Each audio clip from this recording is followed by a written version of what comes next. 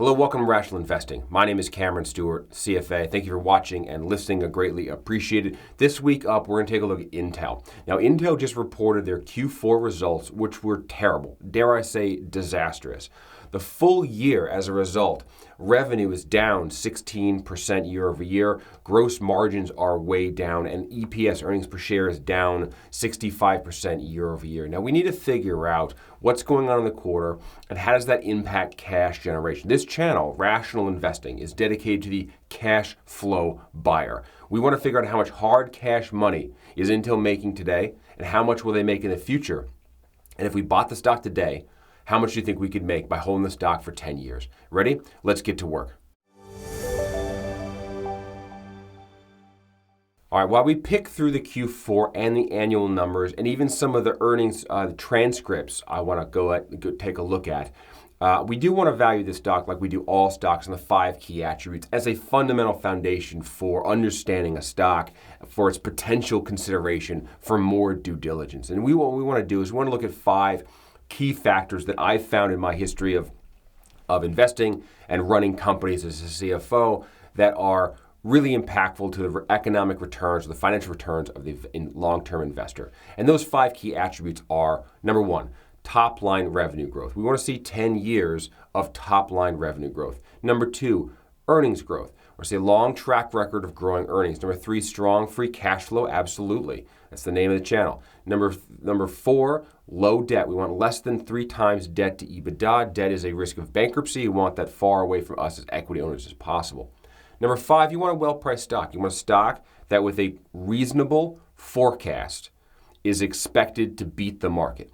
The market is the S&P 500.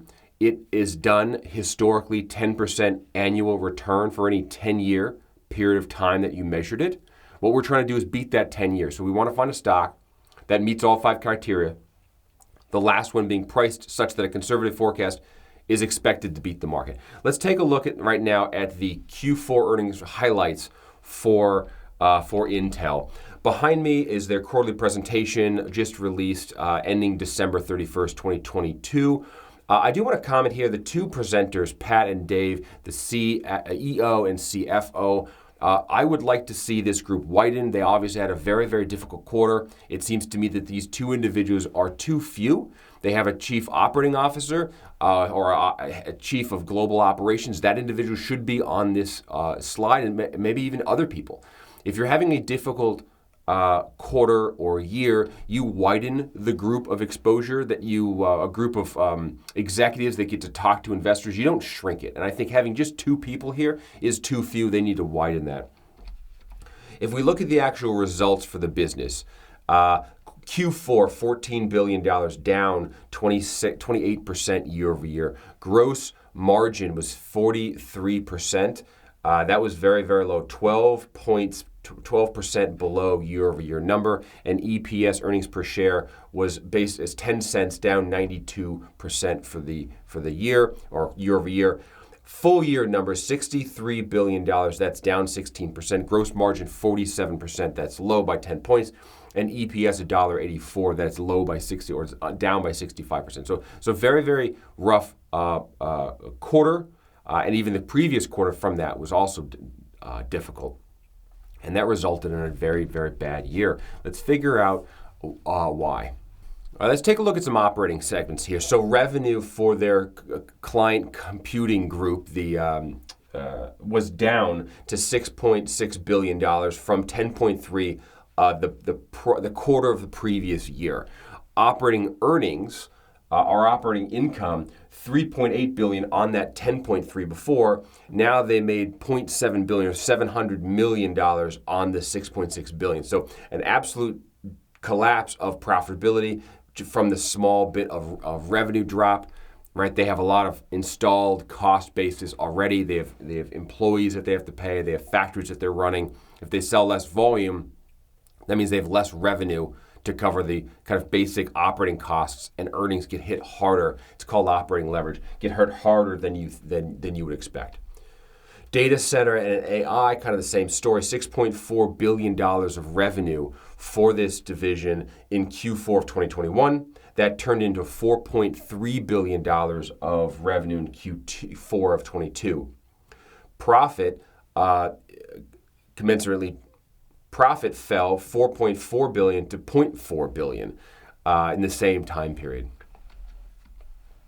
Network and Edge Group, $2.2 billion to $2.2 billion, so flat or down 1% in revenue of this time period.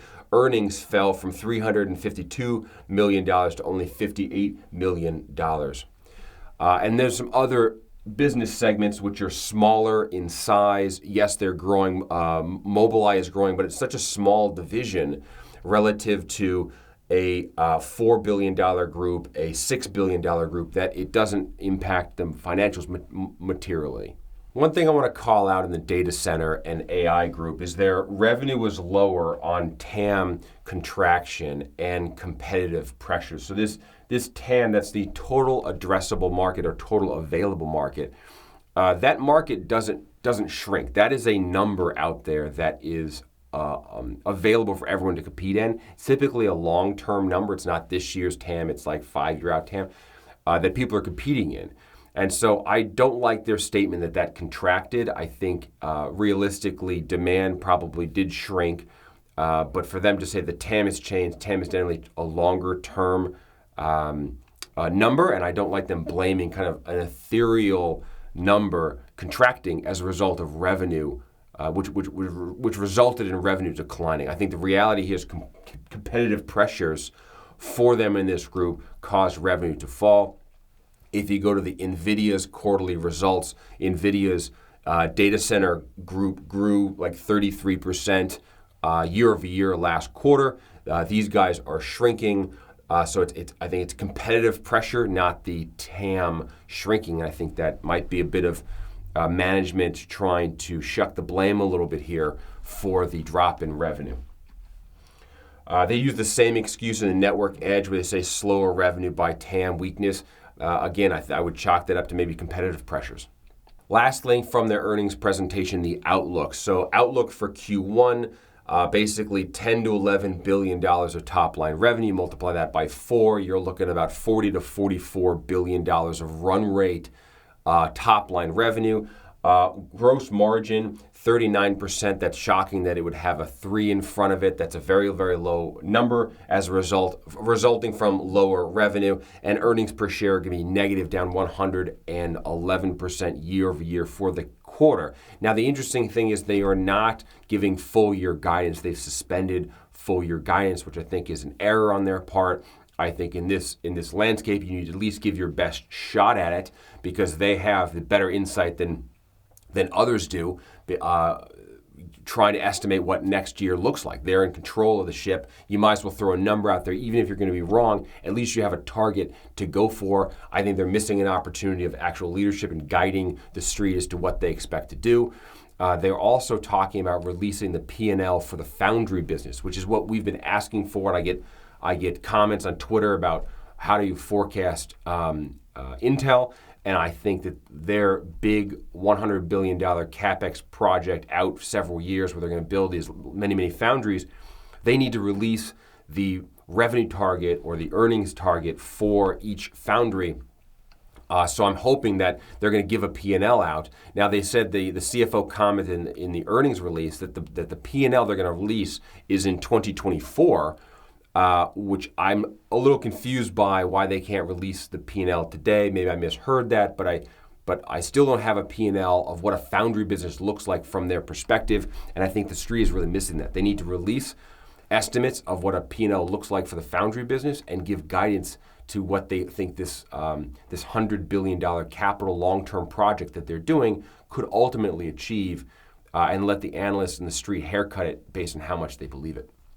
All right, let's go to the transcript now. I want to pull out a couple pieces here where the CEO and CFO are talking about the quarterly results, the full year, and looking forward. The first section I want to highlight right here is in the very beginning where Pat, the CEO, is talking. He says, first, on macro, we expect macro weakness to persist through the first half of the year with the possibility of the second half improvement, with possibly second half improvements. However, given the uncertainty of the current environment, we are not going to provide revenue guidance beyond Q1. So there you have it. They're like, hey, it's too much, it's too complex for us. We're going to suspend it, and we think weakness could continue in the first half of the year and possibly improve in the second half. But there's a lot of gray area there, and that's very difficult to forecast. So I think that adds risk to what next year is going to look like. The only bit of forecasting they do give is they have this statement about PC demand overall. They said, importantly, PC usage remains strong, reinforcing that the use case brought on by COVID persistent even as the economy has reopened. And as we've highlighted in our recent PC webinar, strong usage and installed base, which is roughly 10% higher than the pre-COVID levels, and what we see as a conservative refresh rate supports long-term PC TAM of 300 million units plus or minus post this period of adjustment.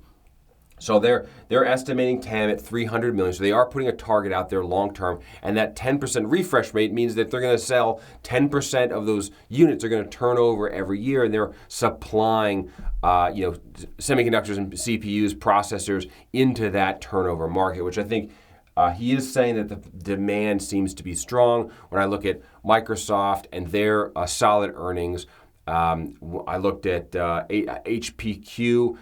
Their earnings were very weak on PC demand early on, this most recent period. Hopefully long term they do pick up. I am in general a big fan of the work remote and mobility sector growth, and so I do think that that's going to continue to expand as more and more of the global commerce gets online. So I do think this statement here about long-term growth is fair, that they can participate. The argument then is competitively, can they participate with their competitors and actually supply into that growing market? So they go through, they continue talking about savings. They're targeting $3 billion of cost cuts this year. And they think out long-term, $8 to $10 billion could be cut from the company for the next several years. That's a huge number, $10 billion. I would like to see a bit more backup there, and it would have been nice to have the global head of operations to kind of back up that claim, or maybe give some more detail on where that might show up. One thing I did not like is that they're making an accounting change. It's kind of down in the bottom. David did talk about it. They are adjusting the useful life of some of their assets. Now, it's totally reasonable to do so, but I think the timing here of doing that is suspect. What they're doing is they're taking assets that they depreciate over, say, a 5-year schedule, and they're moving it to an 8-year schedule. And what that means is the annual depreciation expense for that equipment is brought down. As you stretch it out over 8 years, not 5, that dollar amount adds up to $4 billion of reduced annual depreciation expense sprinkled out throughout gross profit, COGS, cost of goods sold, and R&D. And that's going to boost EPS. If you lower depreciation, your earnings per share are going to go up. And I think that's going to provide them some extra boost to their earnings that they're looking for, that might offset what is a lower operating structure going forward. They're trying to maintain the earnings that people are expecting, and they're tweaking accounting policy, which I don't like. They're more than able to do it. It's a legitimate change if that equipment has a useful life of 8 years and they've been writing it off after 5. I get that, but I think the timing here of this is suspect, and it makes it difficult to compare year-over-year EPS numbers if the go-forward EPS is higher because your depreciation expense is less. That's one reason here at the channel we use EBITDA, which excludes depreciation, to kind of gets up above the earnings per share level, so our EBITDA estimates won't be affected by this accounting change. All right, now let's take a look at Intel and the 9 years of historical financial information I have here behind me. We'll start with revenue. We'll work our way through EBITDA, which is our estimate of earnings, or our metric for earnings. We'll do enterprise value and some ratios. First, let's take a look at revenue. Now, revenue for this company back in 2014 was $56 billion in 2014. And it's grown kind of consistently over the last 8 years, with the exception of last year, 2022, where it collapsed to $63 $53 billion. And let me just walk through these for those listening in. So you have, in 2014, you've got $55.9 billion. Goes to 55.3, 59, 63, 71, 72, 78, 79, and then drops down to 63. So over this period of time, the majority of the time they were growing, and they have a drop last year. That'll probably drop again.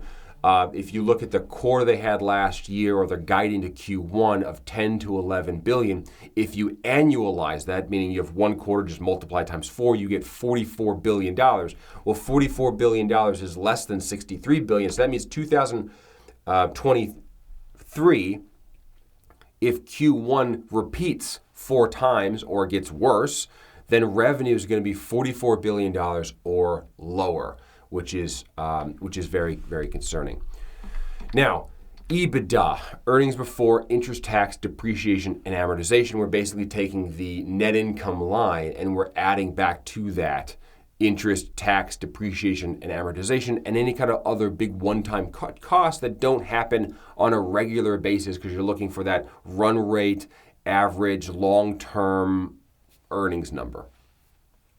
In 2014, that was $24 billion. And it's kind of flat for a period and then kind of grows. So 24, 23, 23, 27, 32 billion, had a nice jump up there in 2018.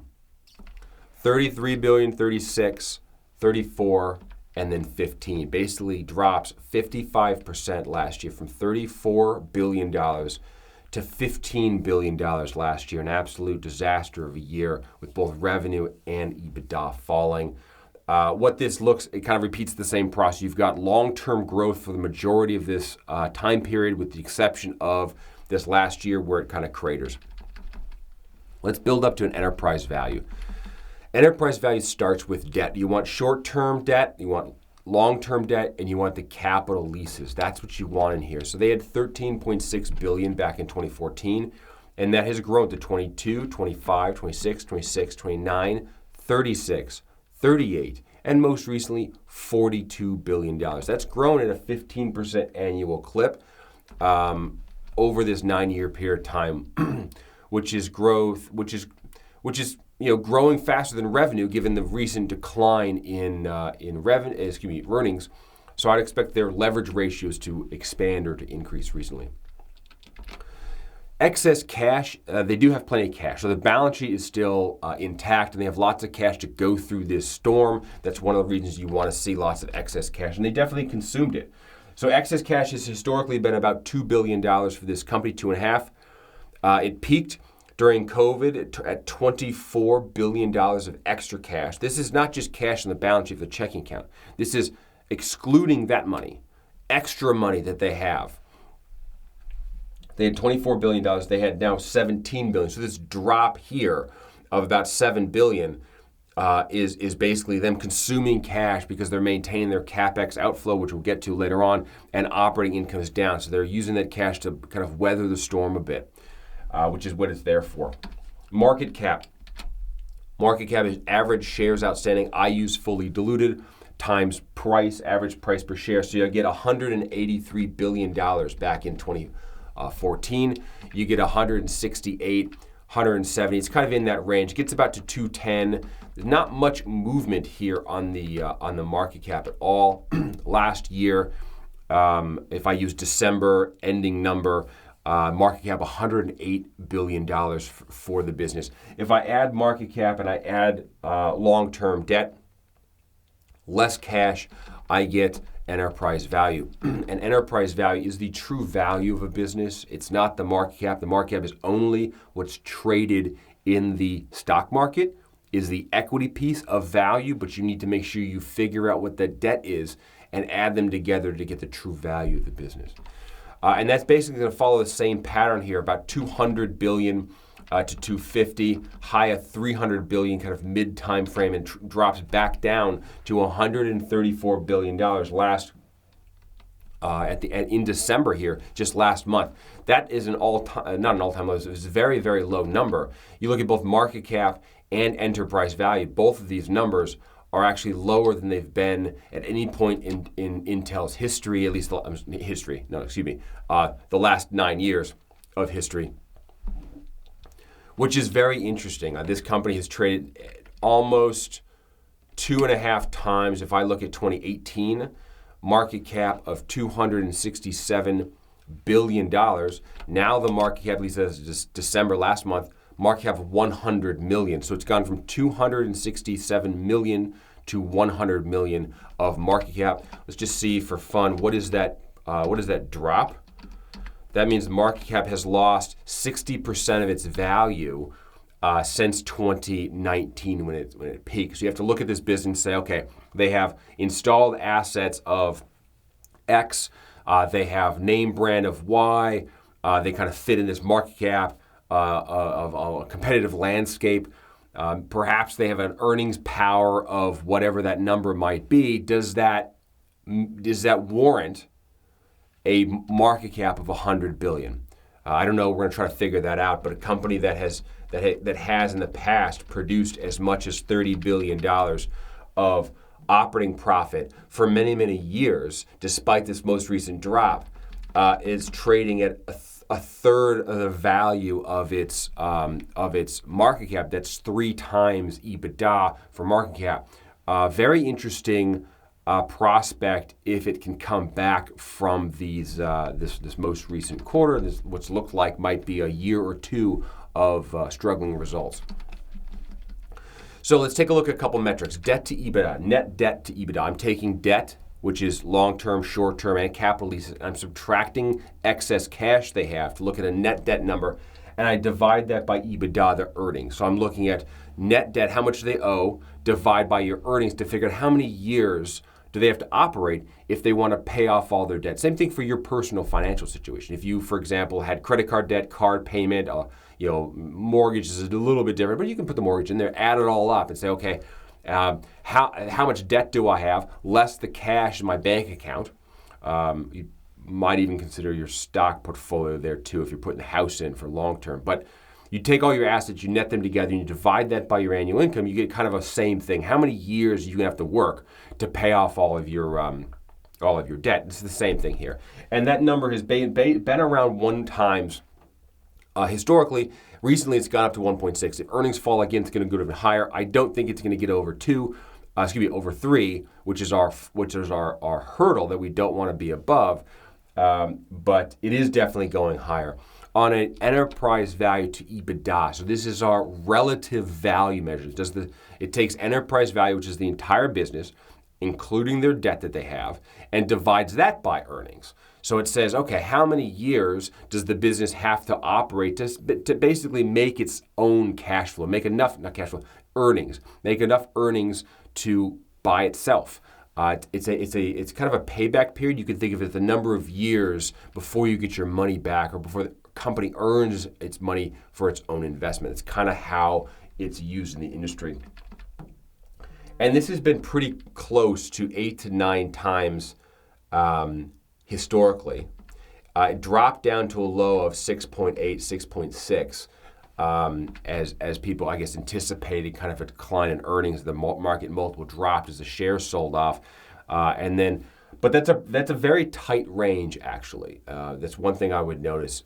Looking at a low of 6.6 and a high of 9.3 is a very, very narrow range. We've seen stocks that have gone from 18 to 50, like massive dispersion.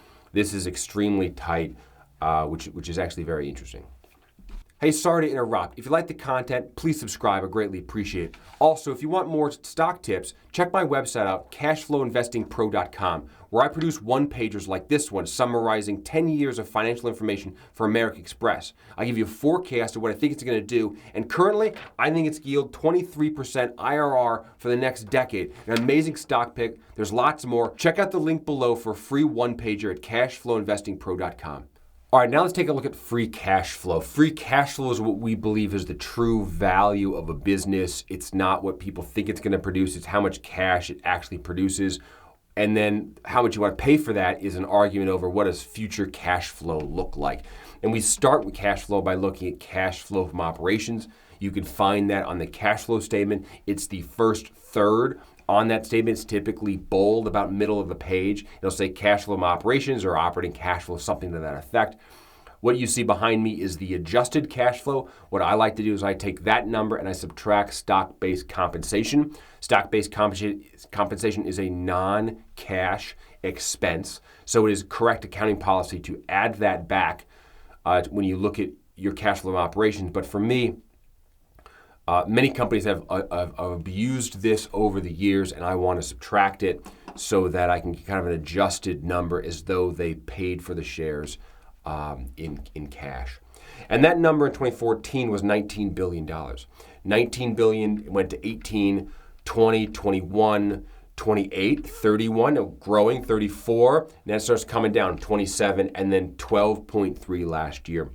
Interesting, this pattern's replicated when you look at EBITDA.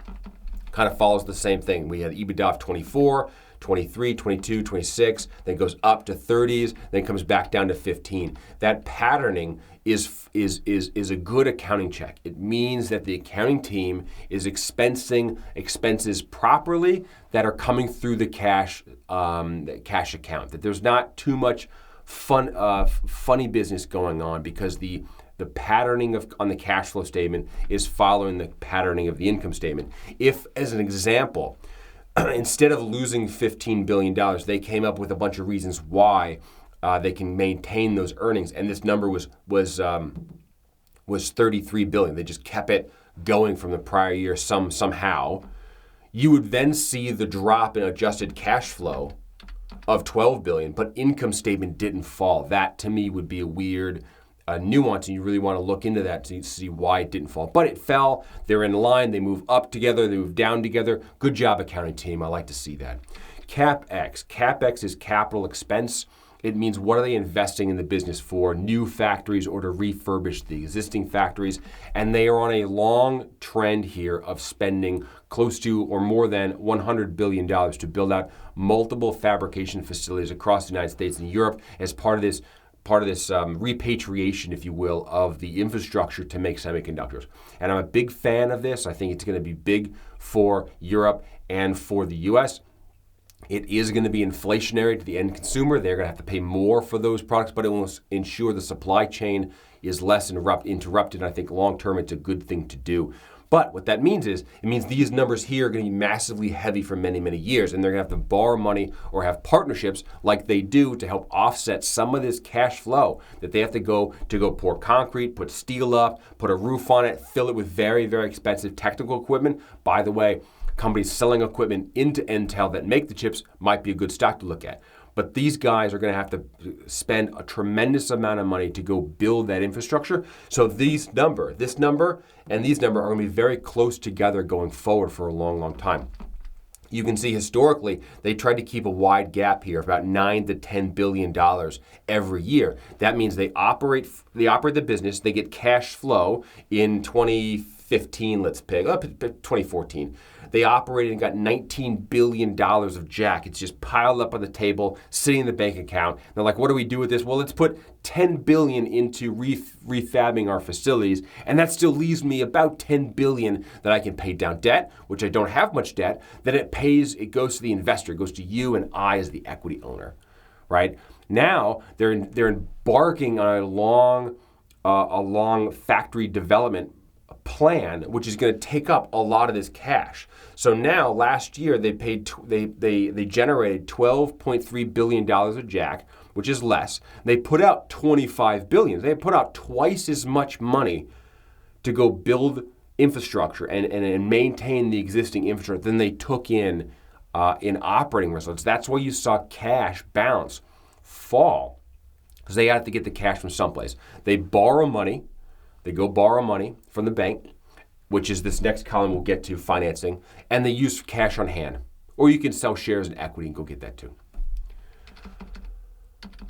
So this gap here between cash flow operations and CAPEX, I think is going to be lower for many, many years going forward until they build these facilities. Then it will spring back because this number will come down. Hopefully, the new facilities that they're building means higher revenue, and higher revenue means higher earnings, and so on and so forth. That's the big gamble here.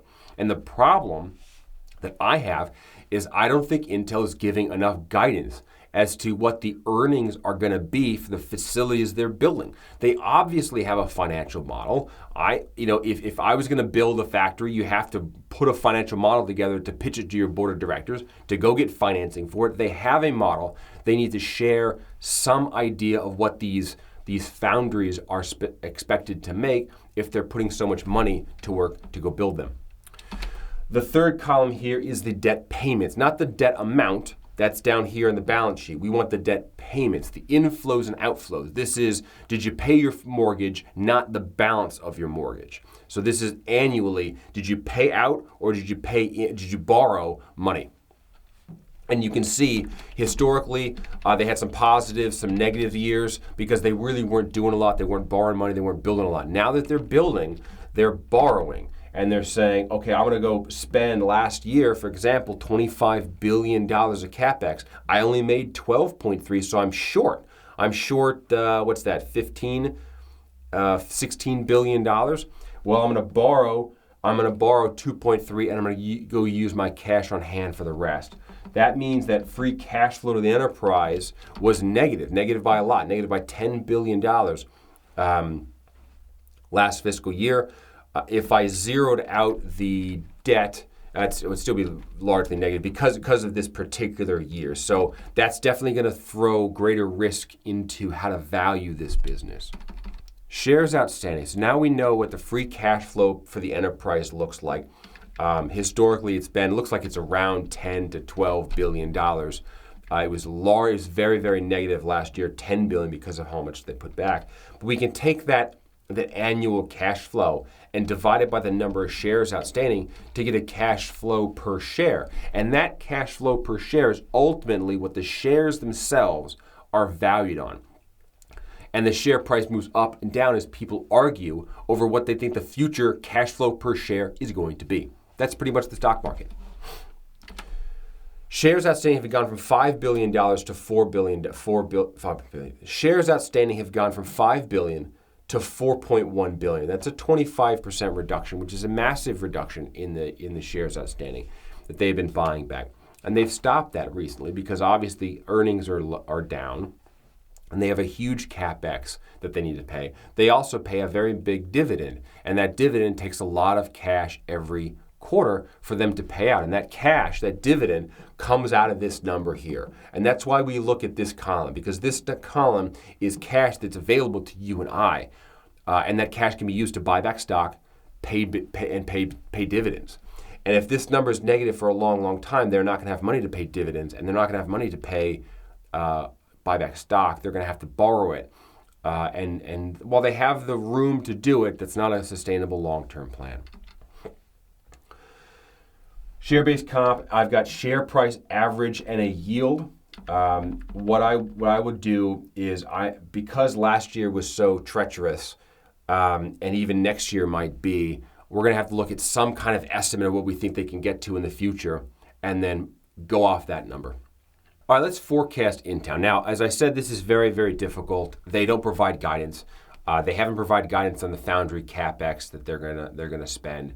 So this is just basically a guess, as all forecasting is guessing. So please don't hang your hat on this number. It's merely the absence of guidance in the business. I'm gonna put a number that I think they could achieve out 10 years. That's why we look 10 years out, because we want to hold these for a long time, and so much uncertainty can happen year to year that this is really kind of a gauge in the air, a thumb in the air, kind of what do we think they might be able to achieve. So next year, I'm going to say that they're simply going to repeat the year that they had. I think revenue is going to come down or be very similar to the Q1 forecast of $10 billion that they're forecasting in Q1 of this year. I think the second half, I don't think the second half is going to be much better. The second quarter, but I think the second half might come up slightly.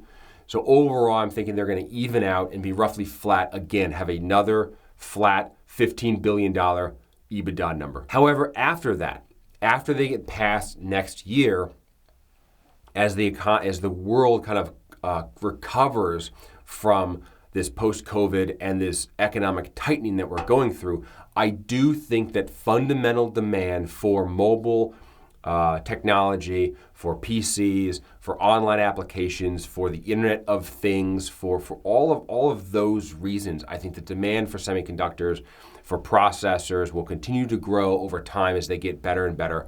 And I do think that they will be able to, especially if they have these foundries, make enough profit at least to grow their earnings that they had at a low base of 5% annually. So I think they're going to have it $15 billion. It's going to take them 3 years to get back to where they were before the fall. So by 2026, they're at a $33 billion level.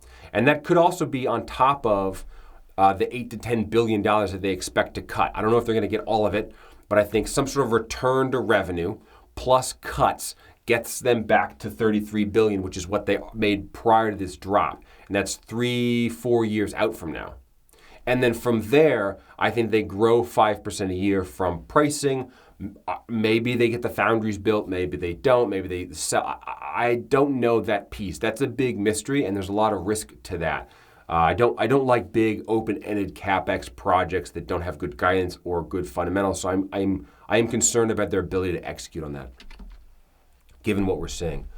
But if I say, look, we've got many, many years from now, they're a huge company, they should be able to figure it out, if not get executives there that can figure it out, and that long term, they can get back and grow that number to about $45 billion of EBITDA. And that is, again, underpinned by a natural need for semiconductor installed capacity across the globe, and Intel being one of the major players around the world to fulfill that.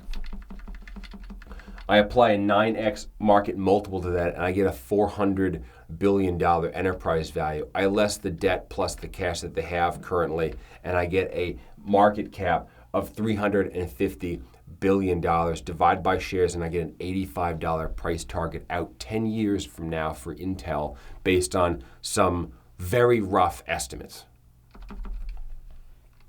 Okay, free cash flow. What do we want to do for free cash flow? Well, I said earlier that I want to take a look at the last couple years when they were making that 30 some odd billion dollars of EBITDA. What did free cash flow look like if I put debt aside for a minute? What does that free cash flow, just adjusted free cash flow minus CAPEX, look like?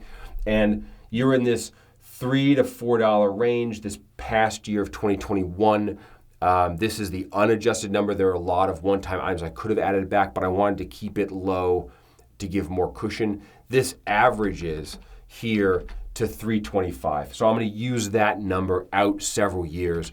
I don't know what's going to happen next year. If they're negative again, if earnings are low, then they're not going to have a lot of cash for me to rely on. They're going to clearly pay the dividend, but I don't expect to be buying back stock.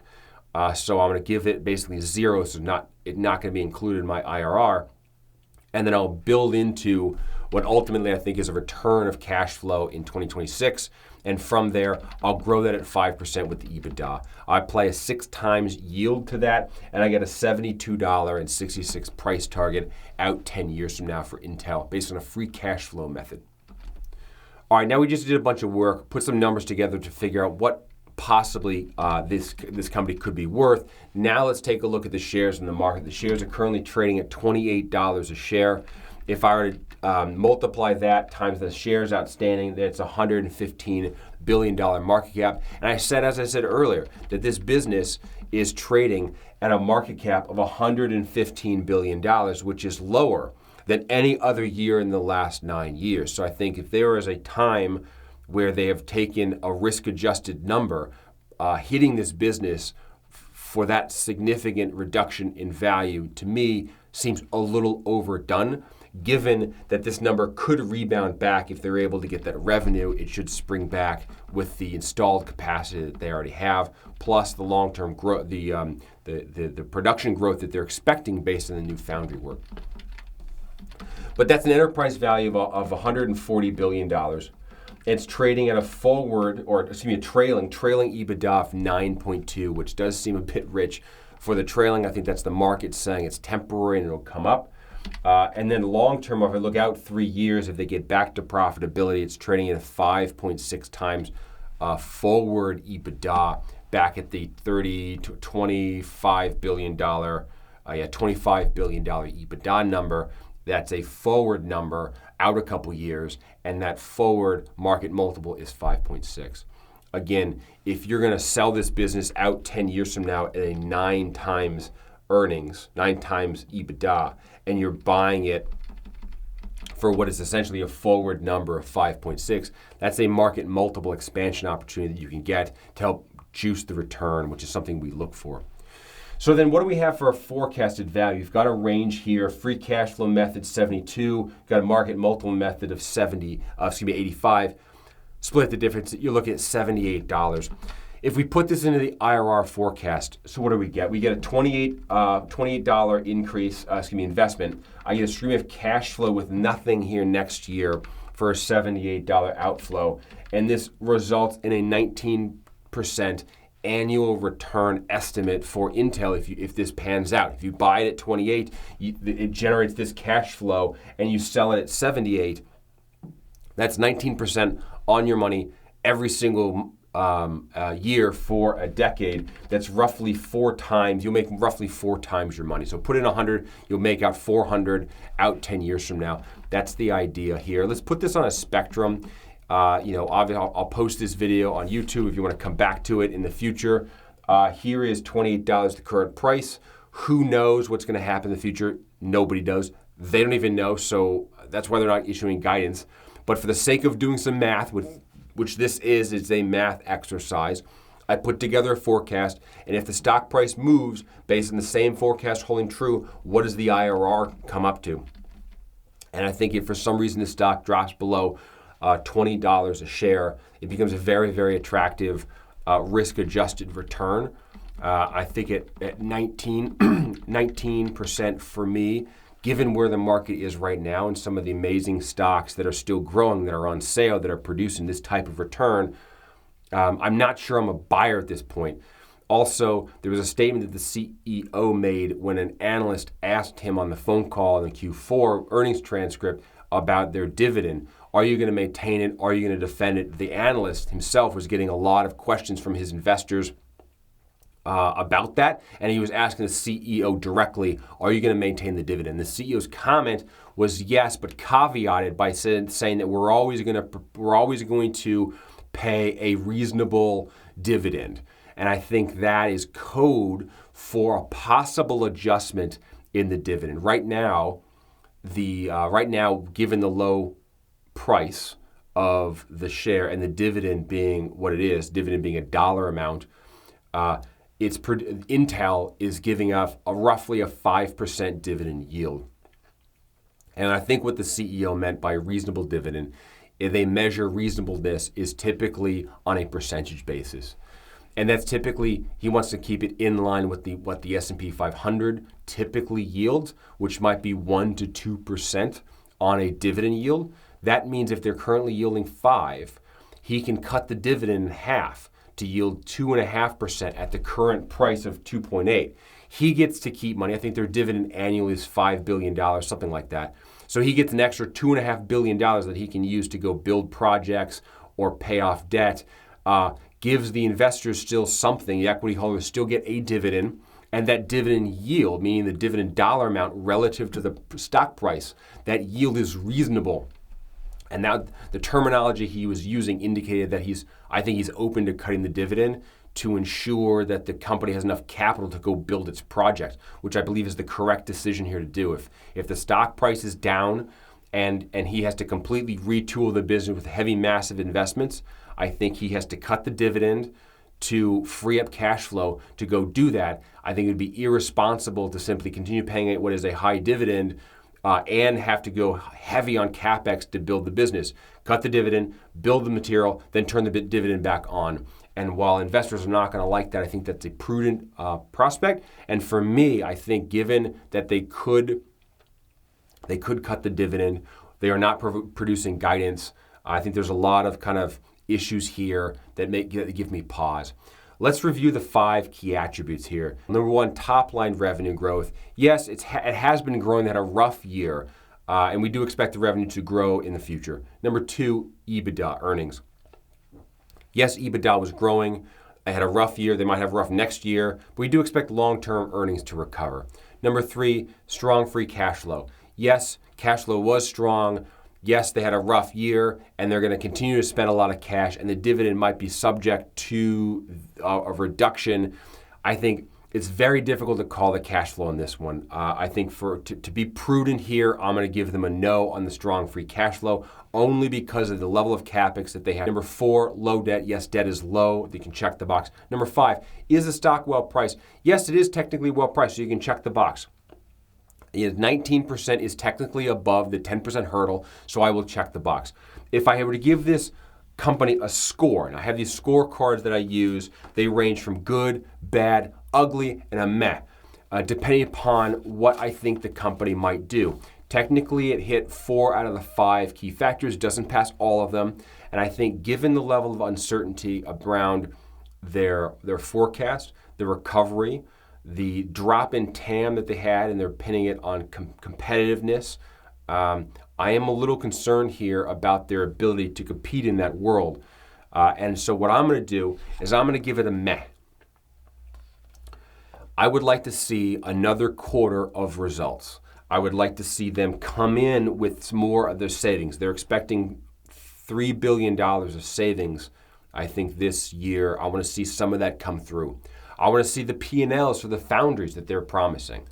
And I want to see some kind of bottoming to the decline on their businesses on a revenue basis before I step in. If they were to cut the dividend, I think the stock would fall even further. And so I would rather wait and see what happens with the meh than go rushing in because the stock price is down. 19% return is a very appealing rate of return. That would 100 times your money in about 20 years, 25 years. If you had that over a 25-year period of time, you'd make 100 times your money. So it's very, very appealing to make 19% annually. But I think given the level of uncertainty, I would wait for a bit more information. Also, where we are in the stock market right now, there are a lot of stocks that are returning this number or higher, estimated, but have a much better track record of growing and aren't facing the competitive headwinds that Intel is. So for me, on a risk-adjusted basis, I'm a meh. I want to see more information, and I think there are far better, more risk-adjusted returns out there than this particular stock. Speaking of which, I do teach a course that you should definitely consider if you like this type of analysis.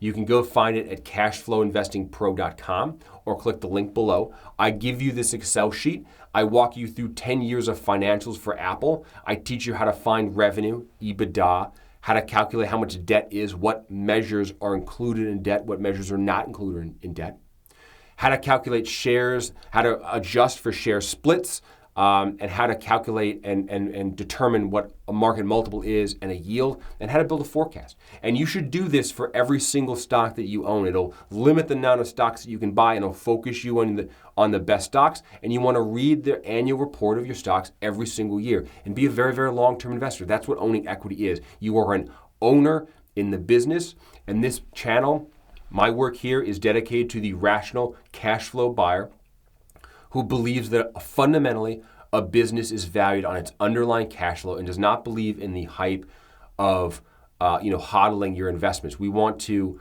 buy an asset that's yielding real cash, that has the 5 key factors met, that has a number of other things like phenomenal management, a growing industry, competitive positioning, some kind of moat around it to defend it against competition would be great. But all those things add up. You put your money on a stock and you leave it alone for 10 to 15 years and you let it do its thing. That is how you invest. I routinely encourage people to treat their stocks as if they actually owned it, if they actually bought the entire company. If you own Starbucks stock, and you walk into a Starbucks, you should pick up a piece of trash that you see on the ground and throw it away because you are an equity owner in the business. That is your business too. That's how you should think about stocks. It's not a number on the screen to trade. It is an equity ownership of a business. Also, if you like this type of work but you want to see more stocks, I also have a club which I highly encourage you to check out. You can join the Cash Flow Club on a link down below and get a free one-pager. What is a one-pager? It is a one-page summary of a stock. It includes everything I did here in one page. It has 10 years of revenue, EBITDA, debt, excess cash, enterprise value, stock price, free cash flow, CAPEX, free cash flow. It has all of that for 10 years of history. Then it gives a forecast for EBITDA and for free cash flow. It shows the market multiples we use to arrive at the long-term forecast. What my problem with Wall Street is they often will give you a price target out in the future of $200, $300, whatever, and they don't give you the underlying assumptions behind that. We put them on paper so you can see them. You can judge for yourself if you like them or not. If you believe that they're conservative, great, then you expect a higher return. If you believe they're optimistic, great, then you believe it's a lower return. But you can judge for yourself because you have all the detail behind you. That's why we produce these. And we produce one-pagers, about 10 to 15 every single month on a host of stocks. We've covered over 200 right now. And in the Cash Flow Club, it's blog style. You got to read through. But if you can search for the stock you want, we often have one-pagers there. And there are some phenomenal investments right now of stocks that are growing with low debt, that meet all 5 criteria, that are well-positioned in the market, that are expected to produce, 15, 20, 25% IRRs. Given a forecast like this, who knows what the future is going to hold. But when you do a little math, you look at it, you think, you know what, that's a pretty interesting, reasonable return expectation for a stock that I use and I like. That's a good start for an investment decision. Obviously, consult your financial advisor, show them the financial report. I'm happy for them to see as well. But check out a free one-pager down below at the cashflowinvestingpro.com. Also, I got a merch shop that I just stood up. You should be able to find that on the YouTube channel. You can check that out as well. This is Rational Investing. My name is Cameron Stewart. This has been Intel, a very challenging stock to look at. These guys have a lot of work ahead of them to kind of prove out their investment thesis, prove out that they can hit the long-term targets with the CEO said numerous times they still believe are effective and the long-term goals are still there. Then they're asking investors to weigh through the downtime and they'll emerge at the bottom. Fine. I just want to see a little bit of a bottom appear, hopefully, before we really consider investing in this stock. All right, my name is Cameron Stewart, CFA. This is Rational Investing. Thank you very much for the time. Let me know what other stocks you want to see. Throw a comment in the algorithm down below. It always helps. Once again, and thank you very much. Bye-bye.